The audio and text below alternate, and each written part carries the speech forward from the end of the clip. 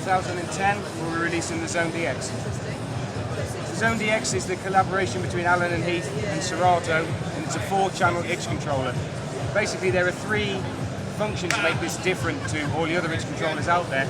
And the first one is you look at the unit and you can see is that the Xone DX is actually a 4-deck controller.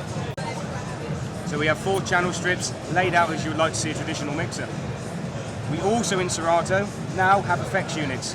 The controls for those effects units are on the left and right, FX Unit 1 and FX Unit 2. Control of the deck assemblies are done again on the left and right on these virtual decks, and the virtual decks can switch layer. So we have a red layer and we have a green layer on both sides. We'll start off with the browser section. We can use the browser section for going through our crates and selecting our audio through Explorer.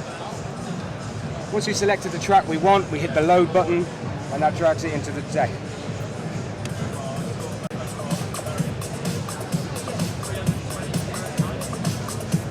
Okay, so once we're playing, the first thing we're going to have a look at is the effects.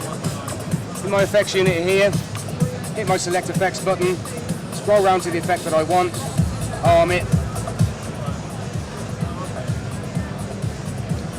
Now I can assign the effect unit to the deck.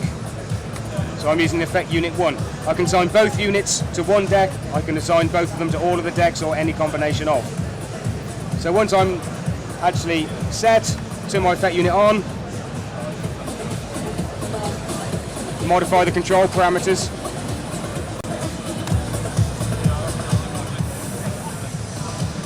And we can do that for both. From a channel point of view, we have a gain control. We have 3-band total kill EQ, crossfader sign, channel fader, channel cue. Into the deck assembly. Very top of the deck assembly we have a loop function. We have auto loop where we can select the length of our auto loop, punch it in, and it will create a loop.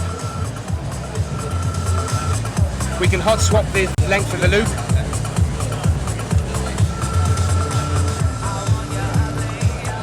We can also set manual loop points, so I can punch in and out. If the loop isn't correct, we can adjust the in and out points. So if we hit the out button, then I can use my jog to trim my loop. Use the in.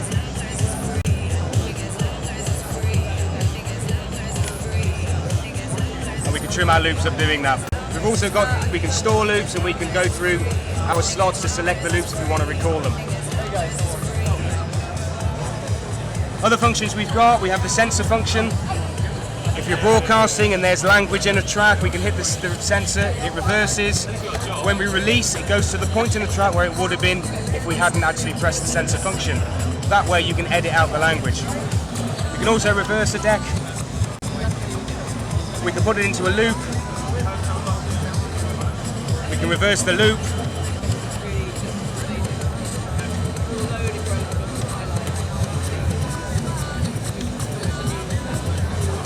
Another great feature that Itch has with the DX, which it doesn't do with any other controller, is we have beat gridding.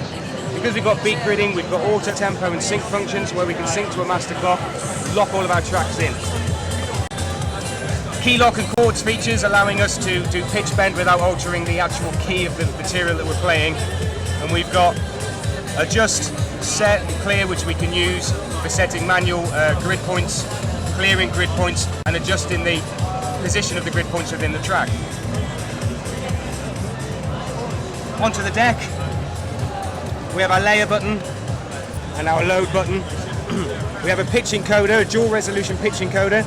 If we press, we have a very coarse resolution. If we release, we have a very fine resolution. It will take you down to 0.01 of a BPM.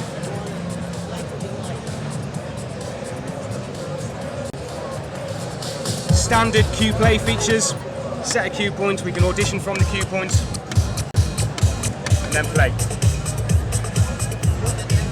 We also have hot cues on the DX, so as I'm playing live through a track, I can set up to 4 cue points and I can hot.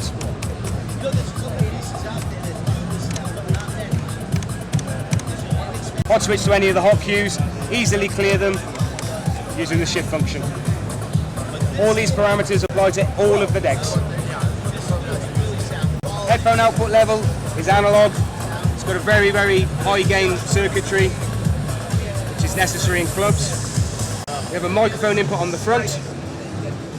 We have analog control over the mix and the booth outputs. So look at the rear of the mix and we see the outputs. We have balanced outputs on XLR for the mix output, as well as RCA for unbalanced. Booth output on RCA. We have an auxiliary output and we have a Q output. Audio on the Q output becomes active when we have a Q active on the deck, and you can use this if you're playing two guys together. You can monitor the Q bus of the other guy. We have an external input to every virtual deck. On channel 1, it's line only. Channels 2 and 3, we can switch between line and phono. Channel 3, we can switch between line and microphone. The phono preamps are analog in this unit. I'll quickly demonstrate switching between internal and external. We're currently on internal playback. I can start an external device, I switch. I'm now my external deck is playing. I can switch back. That is my internal audio. As is this computer workstation, what we've done just from a safety point of view, we've added a direct input. We've got an 8-inch jack on the back of the unit. We'll plug any generic MP3 player into that unit, and the audio from the direct input will route straight to the balanced outputs. If you encounter a problem during a gig, you can kill the sound card output, start your external device, and that will play directly through the speakers. That then allows you to shut down your computer. You have an option to hard reset the sound card. Once you're all up and running again, you can cue your software, drag your main mix back in, and stop the external audio. Xone DX should be in the shops in the US, hopefully by the end of March, beginning of April, and it maps at $12.99.